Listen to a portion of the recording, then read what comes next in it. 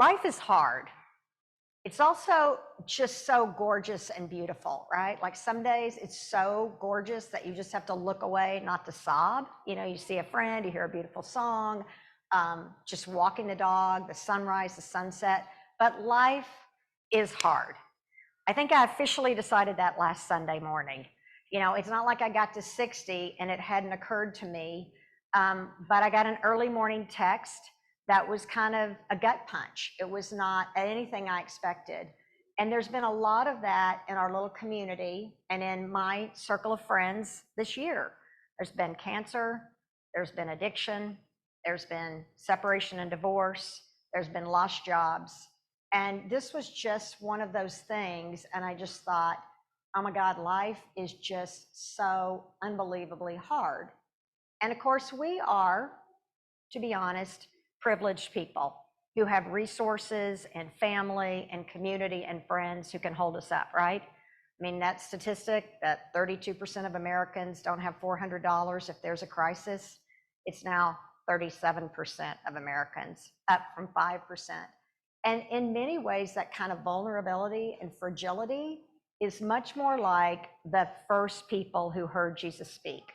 You know, they lived in a world before there was crop insurance. The Roman Empire was not known as a place with a big safety net. They lived in a world before modern medicine. There weren't antibiotics. Life expectancy was maybe half of what our life expectancy was. People would have a couple of kids, hoping one would live to be 5. So you can't blame them for loving these kind of parables that are about this miraculous harvest. This is one of those parables that even if you don't know scripture, it's sort of like in the vernacular, it's in art, it's kind of in songs, it's just around. So the person goes out to sow, they throw some seed, some lands on the ground, on the path, the birds quickly eat it. Some of the other seed lands in the rocks, and there's not much depth of soil, and so they sprout up quickly, and then the sun withers them, and it's lost. And then some seed grows up among the thorns, which choke them out. So now we have 3 elaborations of failure. We got failure and failure and failure, but we're kind of moving, you know, the seed is sort of sprouting. And so now the first people who heard Jesus speak would have expected success, and we get success. Some of the seed falls on good soil and the crop comes up, and look what you got, 100-fold, 60-fold, 40-fold. It's a little seed.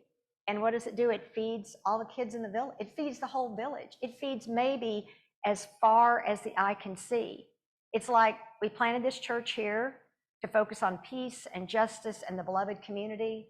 And what happened? Our relationships have become more whole, more rich. Violence in the city has dropped to nothing, right? All the business owners and the mayor, you know, the head of the Royals have come out and said, we can't possibly imagine a stadium until we have plenty of affordable housing and jobs and a walkable path, and then maybe we'll put, I mean, the whole city has just been turned around. Everything, and the legislators in Topeka and Jefferson City have said, oh my goodness, how stupid were we to try to take away people's rights to make basic decisions about their bodies. We're sorry, we'll never do that again, and now we're gonna focus all on pre-K and junior college instead of widening I-70, right? Well, that's really not what you get, is it? And honestly, it's really not what you get in the parable either. The more we know about archaeology and the digs at Qumran, and the more we learn about agriculture in the 1st century, the more we know that this was an average harvest. A harvest that returned 100-fold or 120-fold. It would have been considered good, but not like, oh my gosh, the whole world is different. And they had stories about crazy harvest, little sayings like, put a spigot in a grape and wine pours out. Pluck a grape and you get a whole keg of wine. They had these unbelievable stories like that, stories about incredible transformation. But this was a different kind of story. It was a story that's really kind of about our lives. Kind of, if you imagine our life, kind of like a triangle, kind of like failure, an elaboration of failure, some modest success, and the ordinary.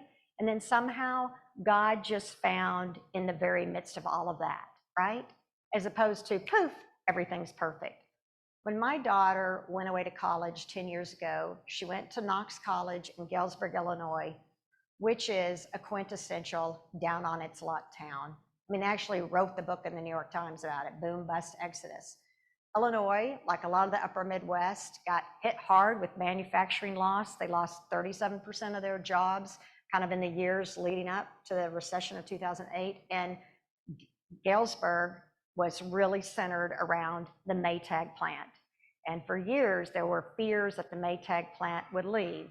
And when it did, when it folded up, went to Matamoros, Maquiladora, sweatshop, I mean, overnight, the town just plummeted. And it went from 30-something thousand to 20-something thousand, just absolutely devastating. And Eden started college a few years later, and she said to me, when you come, we have to go eat at this little place on Main Street, Q's Cafe. It's just incredible. This amazing couple, Walt and Annette, are trying to bring the town back, and it's got the best food, all kinds of vegetarian stuff. You'll love it. There's one room with little, chairs and tables, and another room with couches and art. And she was right. I mean, it was delicious and amazing and nourishing. And I couldn't decide between the corn chowder and the butternut squash, but I had a lot of time because Walt talked to every single person who came in, right? Because he cared about people and because he had a vision for Galesburg. He imagined bringing this town back. And all the college students would gather there, and Eden and her friends started the GO project, Galesburg Organizing Project, to tackle the food desert issue and try to bring the town back. And one day, this woman came in from California. She was there for her aunt's funeral. She was supposed to be there for 3 days, but rental car issue and the aunt and all kinds of stuff. She was there for 3 weeks, and she decided instead of building her billionaire tech company in Silicon Valley for green technology, she would build it in Galesburg. And she moved there and started this job, and now there's 2,000 new jobs, and none of that happened. That's not what happened. Walt started this, Walt and Annette had this lovely cafe. For a while, it was a wonderful place for people to gather. Right down the street, other little places opened and gathered. Walt ran for mayor, and he lost. And a few years ago, he had to close the cafe, and he started driving a truck. That's life, right? And it doesn't mean that there's not sacred and beautiful and gorgeous mixed in with all of that. How he changed my daughter's life, right? Kind of opened her and thought, what could be, right? I wonder if somehow the expectation that life is going to be all of this gets in the way of seeing that life is really this, and isn't it amazing? Thought of a wise couple I met with a few years ago. They were struggling, and they were talking about expectations of one another, and they met with a therapist, and one of the jewels that they came away with was expectations are like planned resentments. Or the way I've remembered it in my head, an expectation is a down payment in disappointment. It's not that we shouldn't have expectations, right? People should treat you kindly. No one should ever hurt you, right? No one should ever, demean you, and everybody needs to pitch in, and we all need to be reasonably clean, right? But, the idea that someone is going to just be every single thing you could ever imagine forever and do everything exactly the way you want it, the idea that your friends and your family are never going to let you down, the idea that me and Paula or Ellie or Al, we're never going to do something no. And expectations, and we know that in our kids, right? We know our kids are struggling. We know it's a tough time. We know the depression, anxiety rate for little ones and older ones, and everyone is off the charts. And pretty much everybody will tell you they have a lot of different expectations than like our grandparents did, right? Once upon a time, people thought you were a good parent if you kept your kids fed and had shoes on them.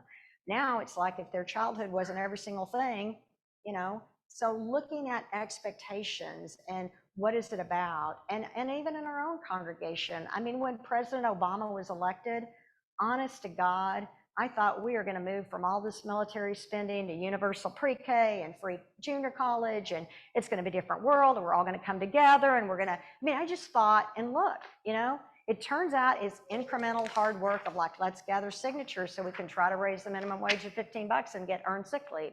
It's hard work, and the sacred is right there in that quadrant of failure and success and the ordinary. I thought about Walt when I heard this podcast the other day on Rumble Strip. She got actually named like the best podcast by the New Yorker, but she just makes her little podcast in her little closet in her home in Vermont. She does stories about ordinary stuff. She does stories about how to survive the winter and the dogs we love and our gardens, and about town meetings that I guess people have all over Vermont. And this one was about class. She tries not to just talk about politics because, as she says, it's so divisive. But she does these podcasts with Vermont Public Radio, and she asked them if she could just go out and ask people, what class are you? So it was up in northeastern Vermont, an area called Orleans that sounds a lot like Galesburg, Illinois. People down on their luck, not a lot to do. And she just sat up outside the general store and asked people, can I ask you something? What class are you? She talked to a guy named Ethan Perry. He was 29, and he said he grew up lower middle class, he'd just think. His mother was a teacher, and his father was a carpenter. But he said now he thinks he's probably lower class, but not impoverished. At 29, he's had maybe a dozen jobs. He's worked at the Dollar General, where he works now. He worked at McDonald's, and he'd been an after-school counselor, and he'd been a phone salesperson, he'd worked in a call center, he'd worked at Planet Fitness, he named all of them. What he talked about mainly was food, which is how hard it was to come up with something to eat, to make his small wages and his food stamps keep him fed, how he'd kind of gather the change that people would leave behind that they didn't need and use it to buy a Hot Pocket. And he talked about how hard it was because everybody was in the same boat. He felt like he was Tom Hanks in that movie Castaway, just kind of out there drifting and no one could help. But one day, someone at work offered to buy him groceries. He talked about that. She asked him at some point if he had expectations or dreams and if he thought that was helpful. And he said, well, yes. He said, because if you think about yesterday, it was cleaning toilets, and today it's mopping floors, but tomorrow it could be anything. So I've got a dream. I've got a dream. I'd like to start my own business. She said, if you could do anything, what would it be? Said, if I could do anything, it would be a pizza shop.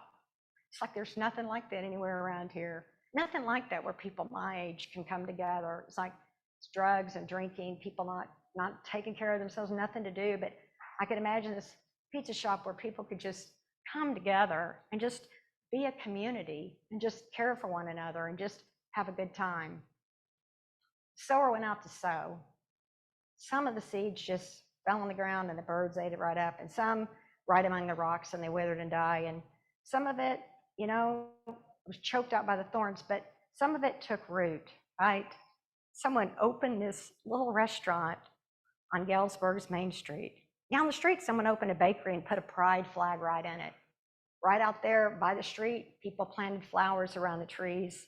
A couple got a little bit of money back from their taxes, and they decided to put a few benches down in the park. Someone decided to start teaching yoga there. Then the college kids came together. They decided we can do better. We can bring one another together. College hired their very first Black president. Life began to change. Beautiful, difficult, gorgeous, tough, all of it. What more could we really expect? Amen.